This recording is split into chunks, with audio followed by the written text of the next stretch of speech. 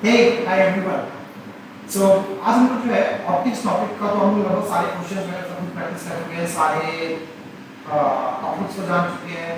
आज हम लोग ये करने वाले हैं कि जितनी भी डेरिवेशंस हैं इस चैप्टर में आते हैं और सीबीएसई के एग्जाम में डायरेक्ट पूछे जाते हैं, है ना।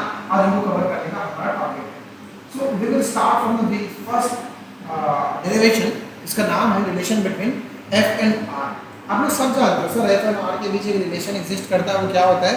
एफ होता है r/2। r क्या है सर? तो r है पोल का डिस्टेंस सेंटर से, दैट इज द रेडियस, है ना। आज हम लोग यही करने वाले हैं इसको डिराइव कैसे करते हैं, क्योंकि जब हमको सब कवर कर रहे हैं तो हर चीज़ को बेसिक से कवर करेंगे और ढंग से चीज़ों को समझेंगे। ठीक है, तो लेट्स स्टार्ट यार। सो आप इस रे डायग्राम को देखो, मैंने एक कनकेव मिरर ले लिया है। इसमें क्या हो रहा है कि एक लाइट इंसिडेंट हो रही है और फिर वो फोकस से पास हो रही है। आप लोग जानते हो कि अगर पैरेलल लाइट है, पोल के पैरेलल अगर कोई लाइट आकर इंसिडेंट होती है मिरर पे, तो वो जो है वो जाकर फोकस से क्रॉस करती है, याद होगा, है ना। ठीक है, तो इस चीज़ का हम लोग इस्तेमाल करके आगे हम लोग ये रिलेशन डिराइव करने की कोशिश करते हैं। ठीक है सर, लेट्स बिगिन। देखो आपको अच्छे से ये सारी बातें याद भी है, काफ़ी सही तरीके से याद है कि एंगल ऑफ इंसिडेंस और एंगल ऑफ रिफ्लेक्शन एक मिरर के लिए बराबर बराबर होता है। हाँ हाँ सर, तो ये तो लॉ भी था ना आपका भी, एंगल ऑफ इंसिडेंस और एंगल ऑफ रिफ्लेक्शन क्या होने वाला है? सेम टू सेम होने वाला है। परफेक्ट, ठीक है, ये बात अगर तो क्लियर है तो कुछ और बातों को भी एक बार स्पीड में समझ लो यार। देखो ये एंगल ऑफ इंसिडेंस आई है, मान लो यहाँ पर लाइट ने एंट्री किया, ये नॉर्मल है बाबू, जो नॉर्मल है वो सेंटर से क्रॉस करेगा। किसी भी सर्कल का नॉर्मल जो होता है, आपको ये प्रॉपर्टी याद होगी कि किसी भी सर्कल का जो नॉर्मल होता है वो उसके सेंटर से ही क्रॉस करता है ना। क्यों? क्योंकि ये नॉर्मल जो है वो सरफेस के परपेंडिकुलर होता है। हाँ सर, ये बात हमें 10th में ही पढ़ाई गई थी, ये प्रॉपर्टी है। ठीक है, फाइन। तो यहाँ पर एंगल ऑफ इंसिडेंस और एंगल ऑफ रिफ्लेक्शन ये दोनों हालांकि क्या होने वाले हैं? सेम होने वाले हैं। ठीक है, और आपको ये भी दिख रहा होगा ये दोनों पैरेलल लाइंस हैं। हाँ, अगर ये दोनों पैरेलल लाइंस है, एक तो बात की I = R होता है सर, ये तो अपन बचपन से जानते हैं कि एंगल ऑफ इंसिडेंस और एंगल ऑफ रिफ्लेक्शन क्या होता है? सेम होता है। ठीक है, angle of incidence angle of reflection अगर सेम होता है तो आप इसको R की जगह I वर्ड ही यूज कर सकते हो, करेक्ट। और अगर ये I है, सपोज कर लो आई एम जस्ट सेइंग कि अगर ये I ही है, ठीक है, तो क्या ये भी I है? हाँ, क्यों? ये दोनों लाइन पैरेलल और ये दोनों लाइन क्या है? ट्रांसवर्सल। ठीक है, एकदम यस सर, एकदम परफेक्ट है। ठीक है, इतनी बातें अगर आपको समझ में आ गया है तो एक बात बताओ ना, अगर ये एंगल ऑफ इंसिडेंस आई है तो ये क्या होगा? What is this sir? क्योंकि ये आई है ना, ये वाला लाइन ऑफ ट्रांसवर्सल लाइन है, तो this will also be I. अब गौर से देखो, ये वाला एंगल आई, ये वाला एंगल आई, क्या ये एक आइसोसेलेस ट्रायंगल दिख रहा है आपको? क्योंकि आइसोसेलेस ट्रायंगल की प्रॉपर्टी होती है कि एडजेसेंट एंगल्स जो होते हैं वो सेम होते हैं, है ना। कहाँ से? ये वाला एंगल और ये वाला एंगल, दोनों के दोनों क्या होंगे? सेम। इसका मतलब क्या है? अगर ये दोनों एंगल सेम है बाबू, क्या ये वाली लेंथ जो है क्या वो भी सेम है? हाँ सर, क्योंकि एक आइसोसेलेस ट्रायंगल में दो साइड सेम होते हैं, उन दोनों के एंगल्स भी इक्वल होते हैं, करेक्ट। तो ये वाला जो लेंथ है और ये वाला जो लेंथ है, दोनों के दोनों क्या है? सेम टू सेम है। वेरी गुड, ठीक है, ओके। तो ये बात अगर आपको क्लियर है तो हम लोग इन बातों को पहले लिखते हैं ना। तो ये तो आ गया from the laws of reflection. ये जो बात मैंने लिखा है वो कैसे लिखा है? From the law of reflection. ये एकदम बेसिक बात है बाबू, जो कि हमें बचपन से सिखाई गई है कि लॉ ऑफ रिफ्लेक्शन होता है angle of incidence equal to angle of reflection. अब एक बात को ध्यान रखना, तो जब हम नेमिंग वगैरह करते हैं प्रॉपर वे में, इस पॉइंट को सपोज करो मैं ए कह देता हूँ। अब इस ट्राइंगल को देखो आप, ACF, है ना। तो हम लोग लिखेंगे क्लियरली इन ट्राइंगल ACF, क्या CF और AF बराबर बराबर है? हाँ सर, बराबर। CF और AF क्या है? बराबर बराबर। लेट्स राइट दिस थिंग्स, है ना।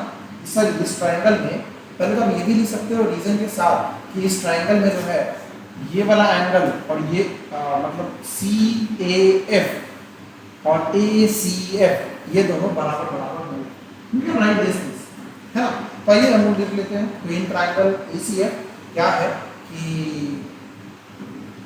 क्योंकि ये बात हम लोग लिख ही लिया आई इक्वल टू आर, तो सर ट्रायंगल एसीएफ में हम लोग क्या लिख सकते हैं, तो हम लोग लिख सकते हैं A C equal to A F. Point number 1, ठीक है ना, ये दोनों लेंथ क्या है सर, इक्वल है। अच्छा देखो ये दोनों लेंथ क्या हो गए, इक्वल हो गए। मैं बार बार इसे रिपीट करूंगा ताकि आपको ये वीडियो में नहीं बात याद रहे, ठीक है। ओके ये दोनों लेंथ बराबर हो गए। अच्छा एक बात बताइए, ये दोनों एंगल्स भी क्या है सर, लगभग सेम ही है क्या, ये सब हाँ सर सेम।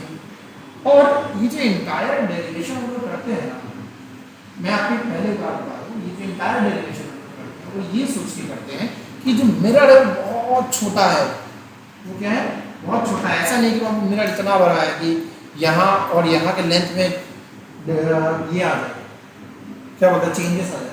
हम लोग ये नहीं मानते, हम लोग ये मान के चलते हैं क्या कि मिरर जो है हमारा वो बहुत छोटा है, ठीक है। अब देखो ना, अगर ये और ये भी फिर आपस में क्या हो जाएंगे, बराबर हो जाएंगे सर, ये एफ बराबर क्या हो जाएगा, एफ पी हो जाएगा, ठीक है। तो ये बराबर एफ पी, सारी बातें हम लिख के चल लेते हैं यार अच्छे से प्रॉपर वे में, ठीक है। तो लेट्स राइट इट डाउन, है ना, कि सर ए एफ बराबर क्या है, एफ पी है, एंड ए एफ किसके बराबर है, तो ए एफ जो है एफ पी के बराबर। ये मैंने दो इन्फॉर्मेशन जो है हम लोग लिख देंगे, और पहले आप इसको नोट डाउन भी कर लीजिए ना, मतलब साथ साथ चलोगे तो मजा आएगा, खाली मैं समझाता रहूँगा तो मजा नहीं आएगा। तो ए एफ बराबर F P, right it down fast,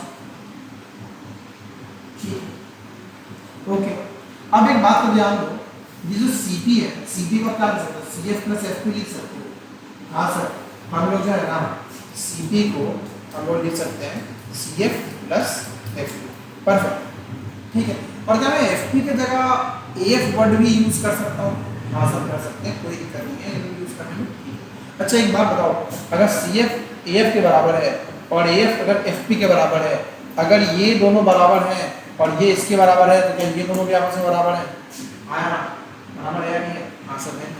अगर सी एफ ए एफ के बराबर है और ए एफ एफ पी के बराबर है, तो क्या ये दोनों भी आपस में बराबर है, यस। तो व्हाट डज इट मीन, इसका मतलब ये है कि ये दोनों आपस में क्या है, बराबर है। तो मैं यहाँ पे C F plus F P की जगह डायरेक्टली ऐसे लिख सकता हूँ, C F plus C F, हाँ सर लिख सकते हैं, या फिर यहाँ मैं ऐसा लिख सकता हूँ इसको F P plus F P, ये सर बिल्कुल से लिख सकते हैं, और सी पी का जगह सी पी रहने दो। अच्छा बात बताओ, रियल में सी पी क्या है, ये जो डिस्टेंस है सी पी क्या है, ये आर है, यही तो आपका रेडियस ऑफ कर्वेचर है, करेक्ट। तो write it down, it is R. और एफ पी क्या है sir, sir F P focus है सर, क्योंकि लाइट रे जब भी आती है तो फोकस से ही गुजरती है, ये प्रॉपर्टी भी हमने पढ़ा है ना। तो यहाँ पे क्या मैं 2 टाइम्स ऑफ एफ पी लिख दूँ, हाँ सर, यस और नो। और एफ पी की जगह हम लोग क्या लिख सकते हैं सर, तो एफ पी की जगह एफ लिख सकते हैं।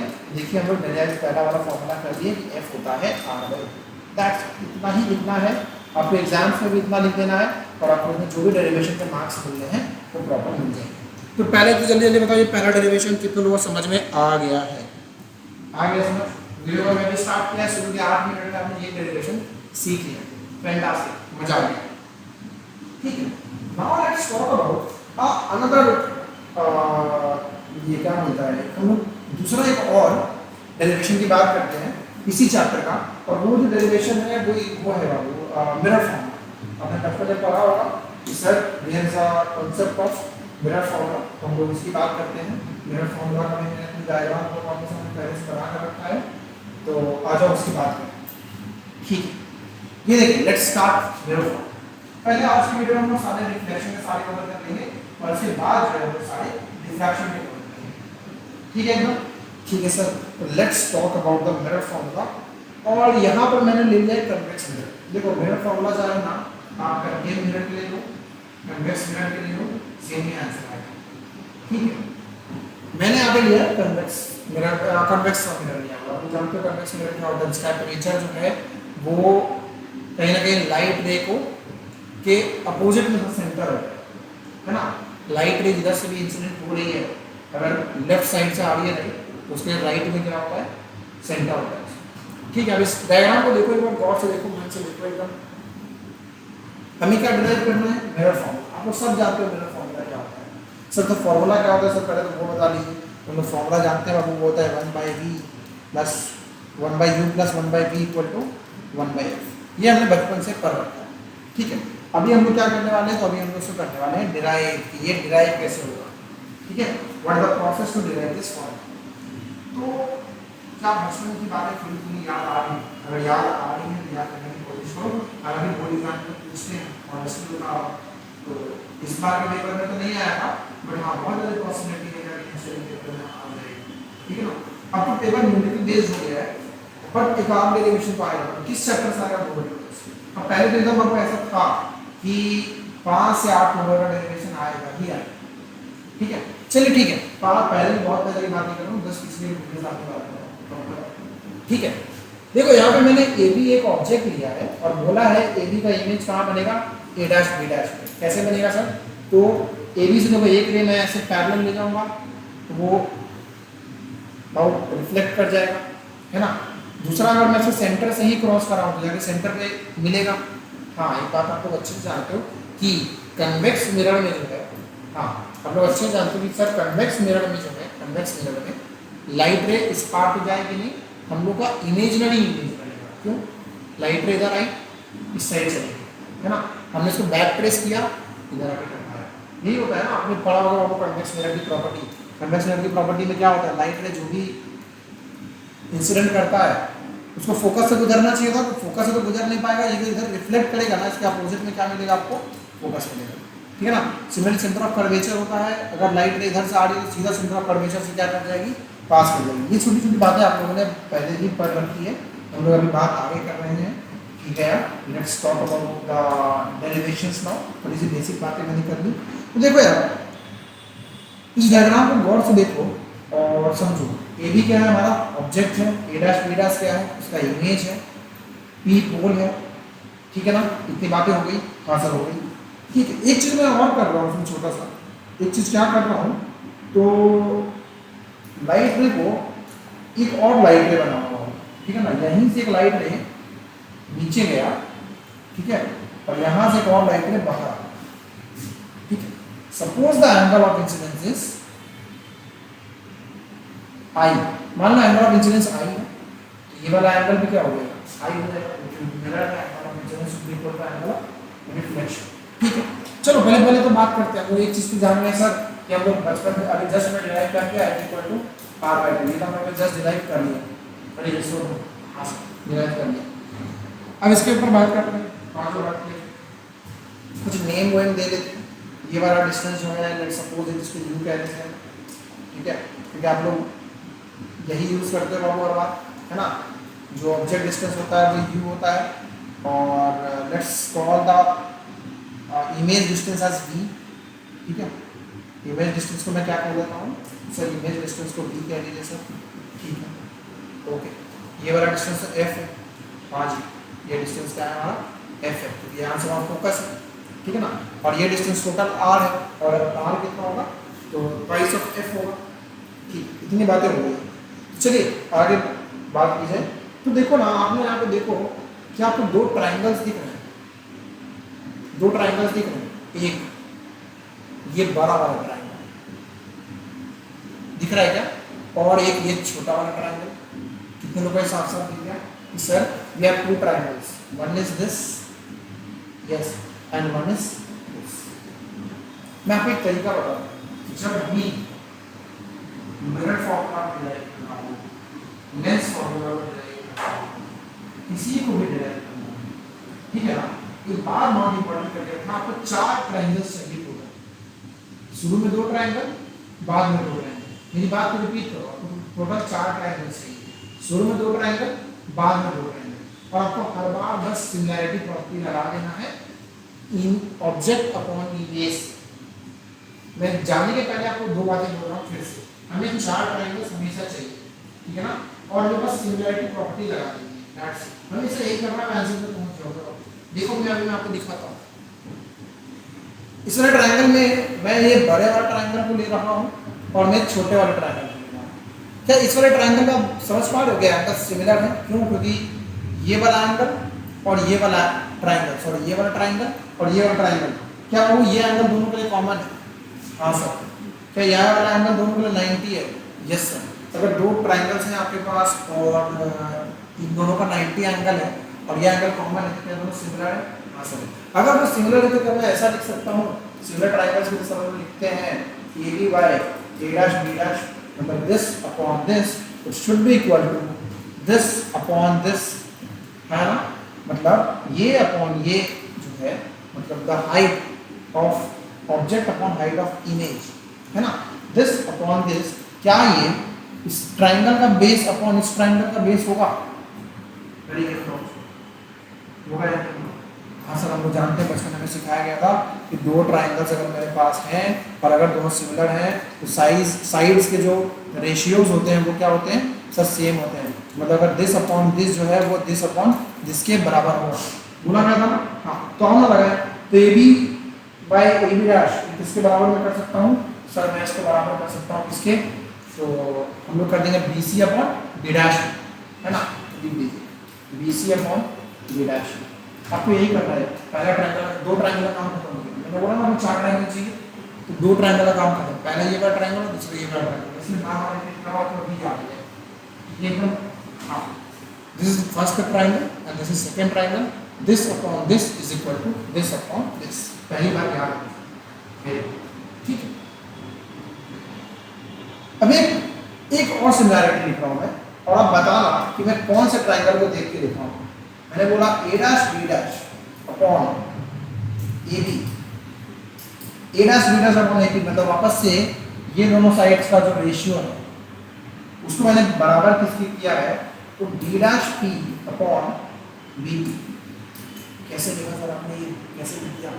देखिए आप मेरी बात को सुनिए, मैं कैसे लिख रहा हूँ उसको, आप मेरी बात को सुनिए। मैं छोटा सा एक काम कर रहा हूँ, मैं क्या कर रहा हूँ तो देखो मैं क्या कर रहा हूँ, याद ही करना आपको at the end of the day, कि ऐसे ही डिराइव करेंगे तो याद ही करना ही है। मैं यहाँ एक ट्रायंगल बना रहा हूँ, ठीक है, मैं कहाँ पे एक ट्रायंगल बना रहा हूँ? यहाँ पे,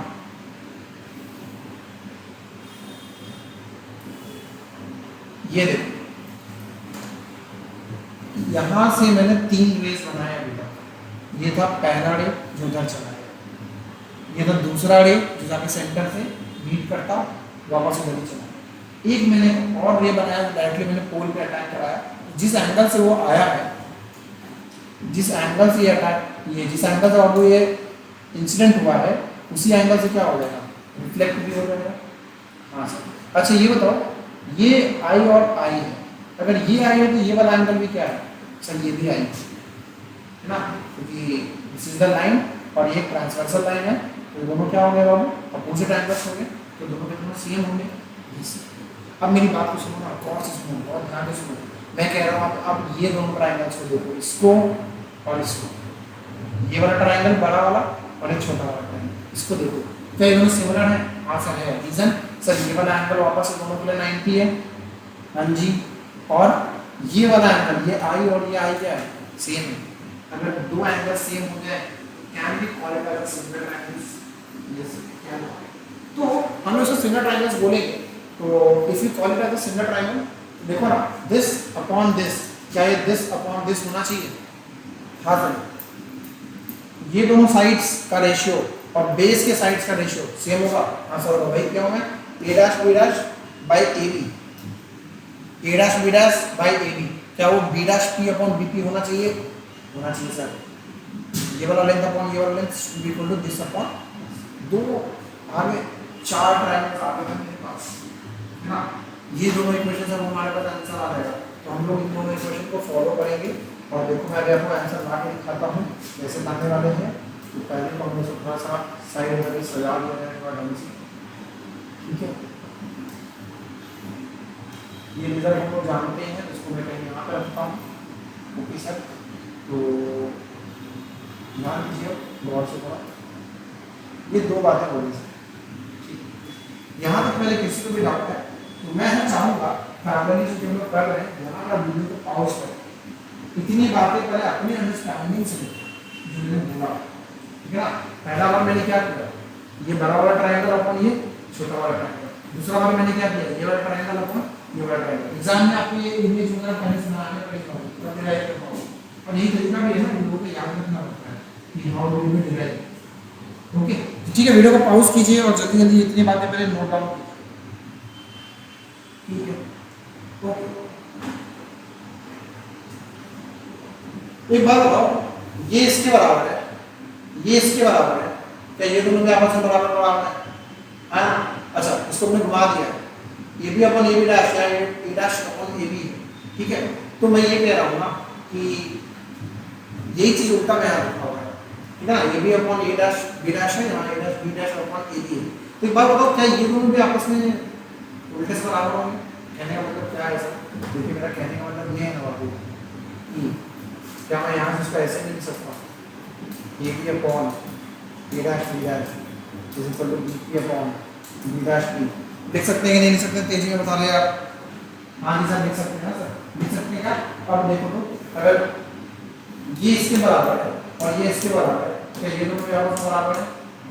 आया ना, ये दोनों बराबर, ये दोनों बराबर, तो ये दोनों भी आपस में बराबर, ठीक है। अगर ये दोनों आपस में बराबर तो लेट्स डू दैट, है ना। मैं इसको मिटा ही दे रहा हूँ, सेकंड वाला ये जो इक्वेशन है, इससे अगर आप डायरेक्टली इसको इस्तेमाल कीजिए, ठीक है, इसको डायरेक्टली इस्तेमाल कीजिए, उसी ट्रायंगल्स का यूज करके किया गया है, ठीक है।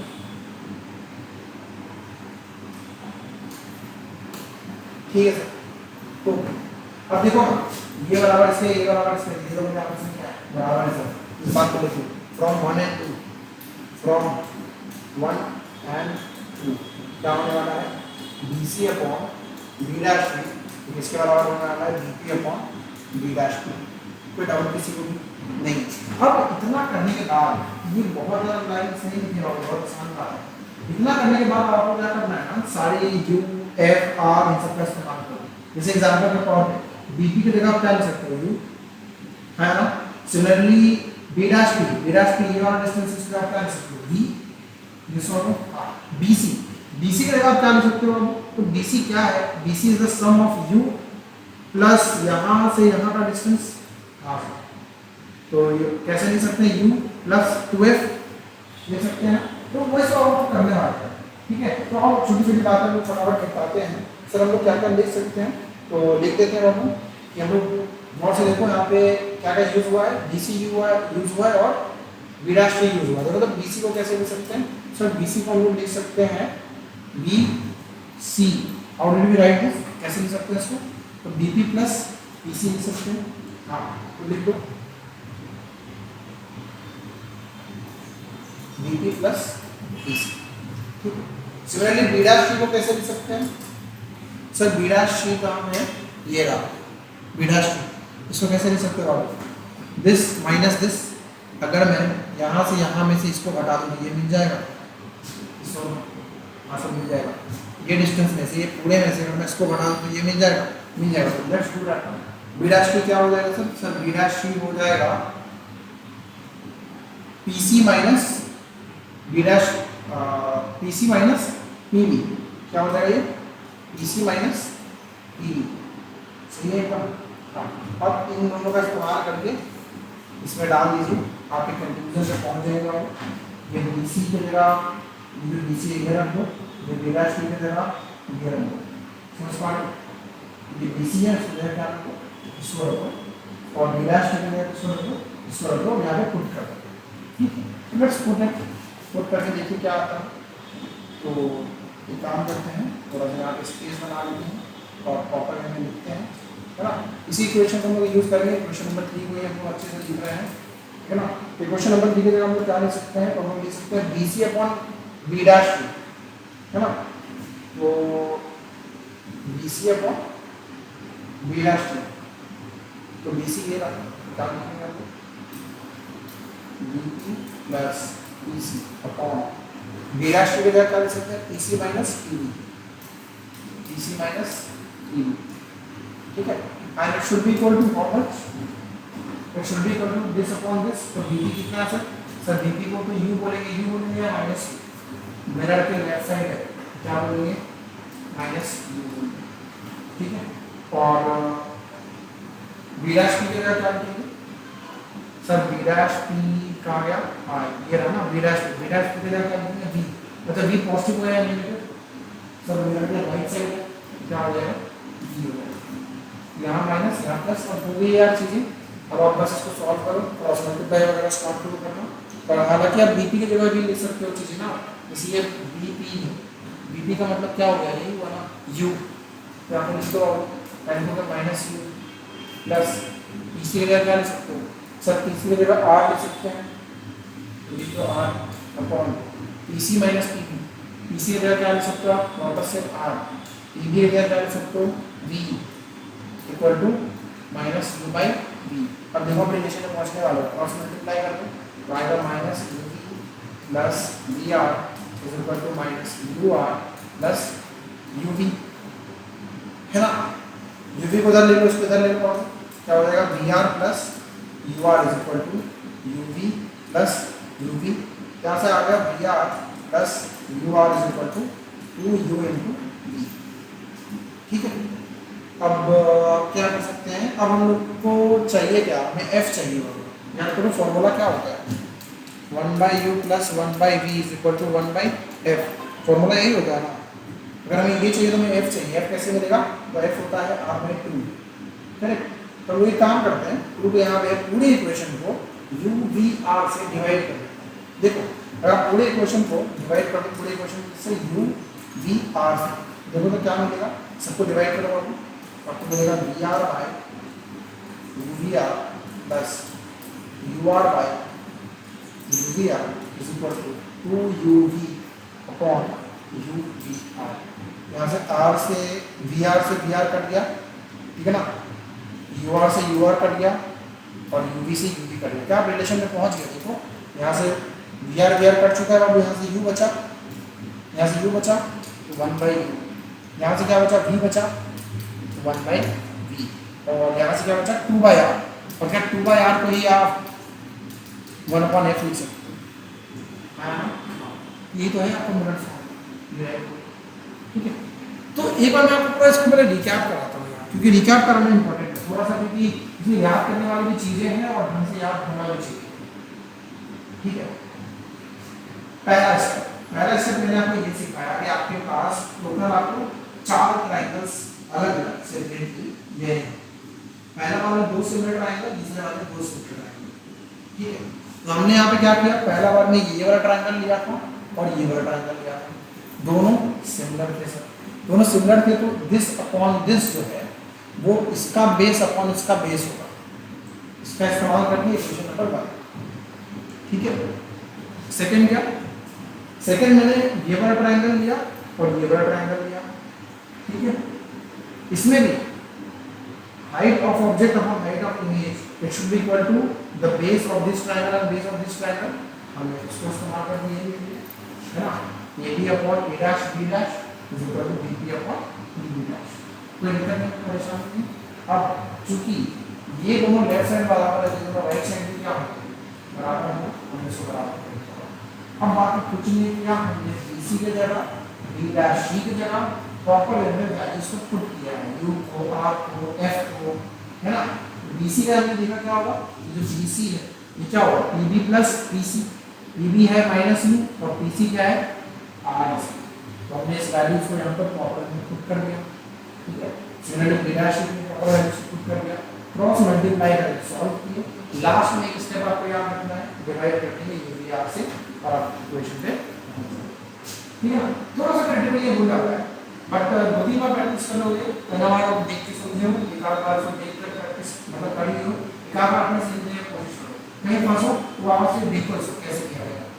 ठीक है, और आप फिर पहुंच जाओगे। ठीक है, तो मेरा फॉर्मूला भी हो गया।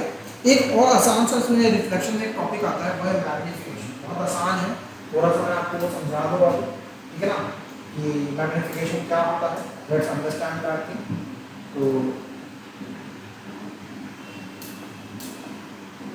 ठीक है, ओके, इसको बस क्लियर कर ले रहा हूँ। हाँ, let's begin the new thing, magnification topic को एक बार देख लेते हैं यार। यस, लीनियर मैग्नीफिकेशन, ये भी एक रिफ्लेक्शन है, बस 3 डायरेक्शन प्रॉपर।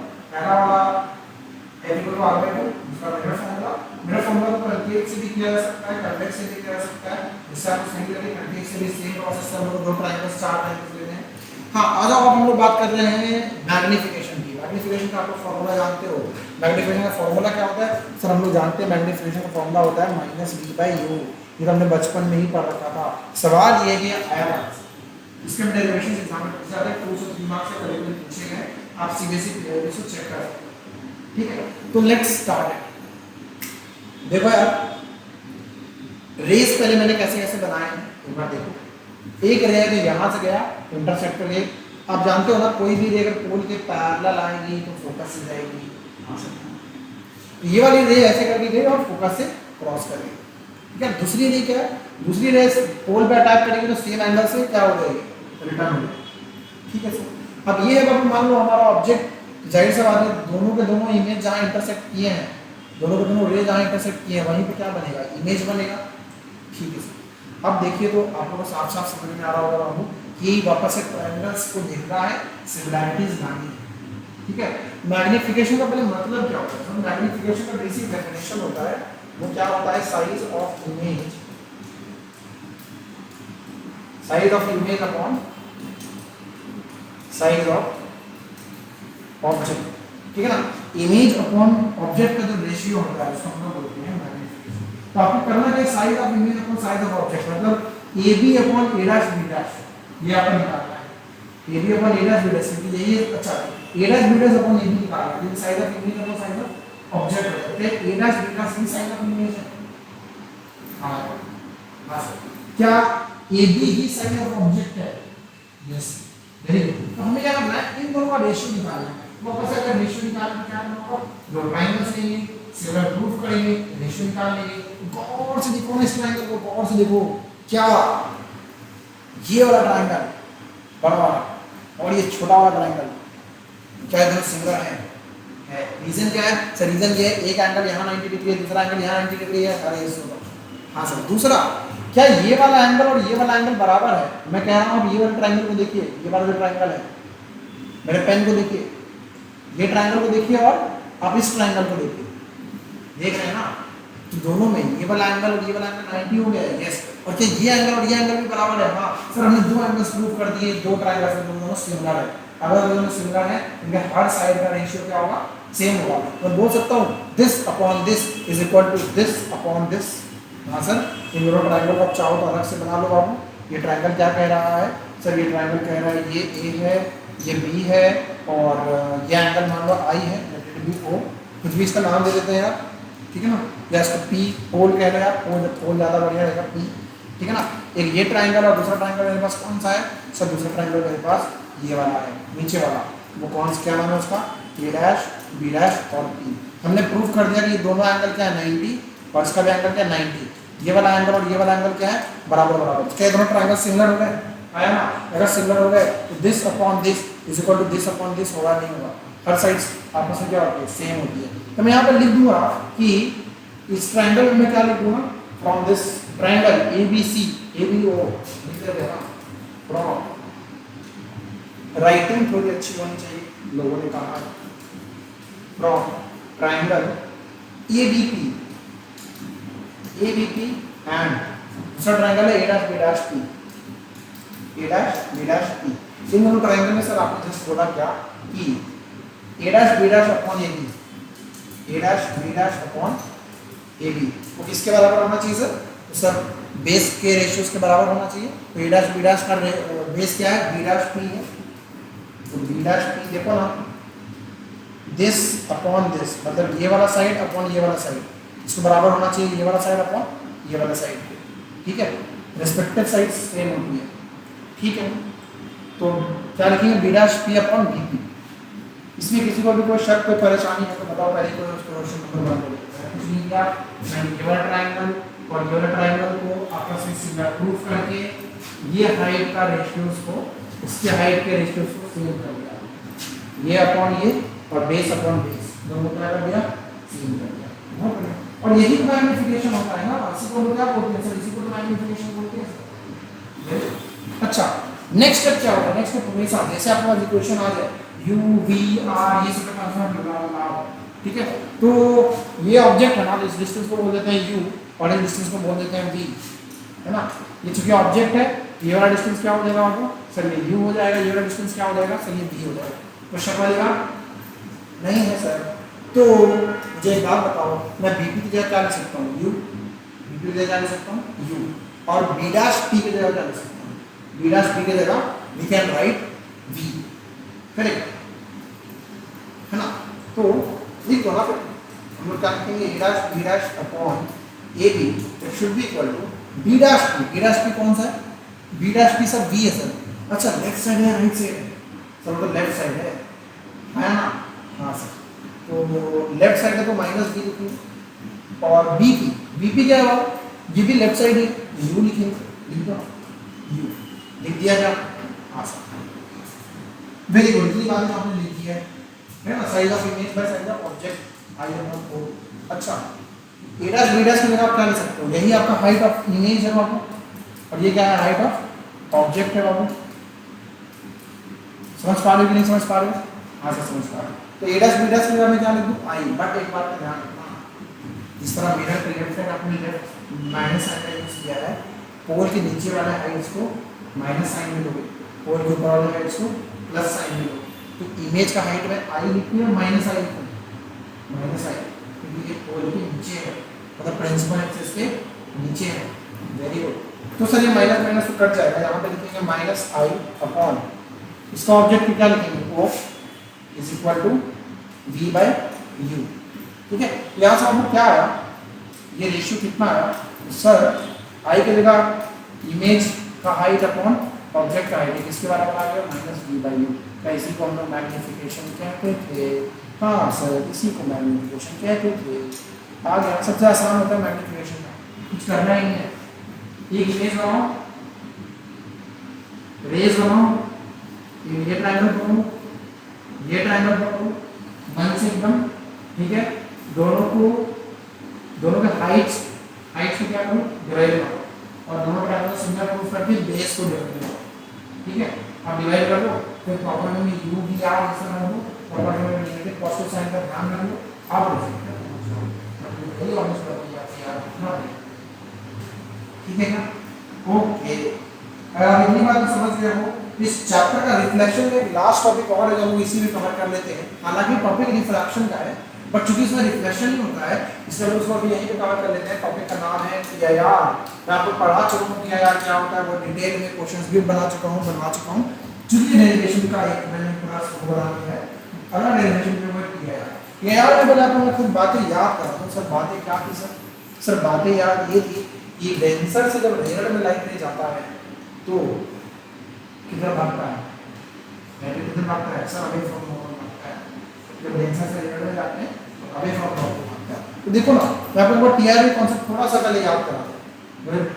अब आपको याद अगर नहीं भी है तो जस्ट आपको तुरंत सारी बातें याद आ जाएंगी, आपको चिंता नहीं करना है। ठीक है, देखिए फोकस कीजिए एक बार अच्छे से, थोड़ा सा ध्यान दे दीजिए। यार में याद होगा, लाइट डेंसर से रेयर में जा रही है, लाइट क्या होती है, वो अवे फ्रॉम नॉर्मल भागती थी, है ना। तो आप जानते हो ना कि आपको याद होगा यहाँ पे एंगल ऑफ इंसिडेंस क्या है सर, ये है। एंगल ऑफ रिफ्रैक्शन क्या है सर, ये है ना। अगर मैं एंगल ऑफ इंसिडेंस को और बढ़ाऊंगा तो रिफ्रैक्शन भी क्या होगा, और बढ़ेगा। इसको हमने लास्ट बार समझा भी ऐसे था। अगर आप इस एंगल को और बढ़ाओगे नहीं क्या होगा, और भागेगा उधर, हाँ सर और भागेगा। अगर आप और भगाओगे तब क्या होगा सर, ये और भागेगा, है ना। पर एक टाइम ऐसा आएगा ना, एक टाइम ऐसा आएगा कि उस एंगल पे ये सरफेस की क्या हो जाएगा, परपेंडिकुलर नहीं, नॉर्मली क्या हो जाएगा परपेंडिकुलर। और इसी एंगल को हम लोग क्या कहते थे सर, इसी एंगल को हम लोग क्रिटिकल एंगल कहते थे। याद आ गया क्या? वो एंगल जिसके लिए लाइट रे नॉर्मल के परपेंडिकुलर हो जाए, we call that angle the critical angle. मैंने आपको उसमें फॉर्मूला लिखा है क्रिटिकल एंगल का, डिराइव करा। ठीक है, डिराइव कैसे करेंगे? मान लीजिए कि मीडियम की वैल्यूज मान लो, आप कुछ भी मान लो, सपोज कर लो ये मीडियम है, यहाँ पे μ1 है और यहाँ μ2 है। तो रिफ्लेक्शन प्रॉपर्टी का कोई भी चीजों को डिराइव करना होगा स्नेल्स लॉ का, Snell's law between the medium. क्या लिखोगे आप सर? हम लिख देंगे यार इसको μ2 मानो, हमेशा μ1 उसको मानना चाहिए जिसमें इंसिडेंट मिलेगा। ठीक है, इसको μ1 मानो, इसको μ2 मानो। तो फ्रॉम स्नेल्स लॉ अपन क्या बोल सकते हैं, μ1 इंटू इसके अंदर का एंगल ऑफ इंसिडेंस का sine it is equal to μ2 into इसके एंगल ऑफ इंसिडेंस का साइन, एंगल ऑफ रिफ्लेक्शन का साइन। क्या लिखेंगे सर? μ1 इंटू साइन, इधर से इंसिडेंट हुआ theta C, is equal to mu two into sine 90 degree angle लगाओ। हाँ सर, क्या लिख देंगे, तो mu 1 sin theta c is equal to mu 2 into 1। यहाँ से sin थीटा c कितना आ जाएगा, और आपको क्रिटिकल एंगल नहीं बताना था सर, मैंने इसका डेरिवेशन क्लास में करा दिया था। ये भी यहाँ से म्यू 1 बाय म्यू 2 क्या आ जाएगा सर, तो यहाँ से म्यू 1 बाय म्यू 2 आएगा 1 बाय sin थीटा c। यहाँ पे sin थीटा c कितना आ जाएगा, तो यहाँ पे sin थीटा c आ जाएगा म्यू 2 बाय म्यू 1। अरे यार नहीं आया, sin थीटा c कितना आ जाएगा, म्यू 2 बाय म्यू 1। म्यू 2 कौन सा है, रेयर मीडियम का, और ये किसका है, डेंसर मीडियम का। ठीक है, तो यही मेन फॉर्मूला है, आपको याद तो आपको यही रखना है।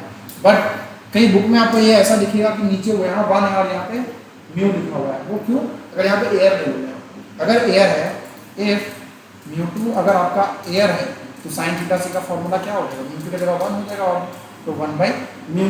समझ पा रहे हो, ये इसका म्यू होगा कुछ, ये आपका formula in the case of air. तो ये वाला याद रखना, ये ज़्यादा इंपॉर्टेंट है, जे के सवाल वगैरह के लिए इंपॉर्टेंट है। तो आएंगे सबको समझ में आ गया एआर का डेरिवेशन। ठीक है, तो यहाँ पे हमने रिफ्लेक्शन के हर टॉपिक का डेरिवेशन कर लिया है।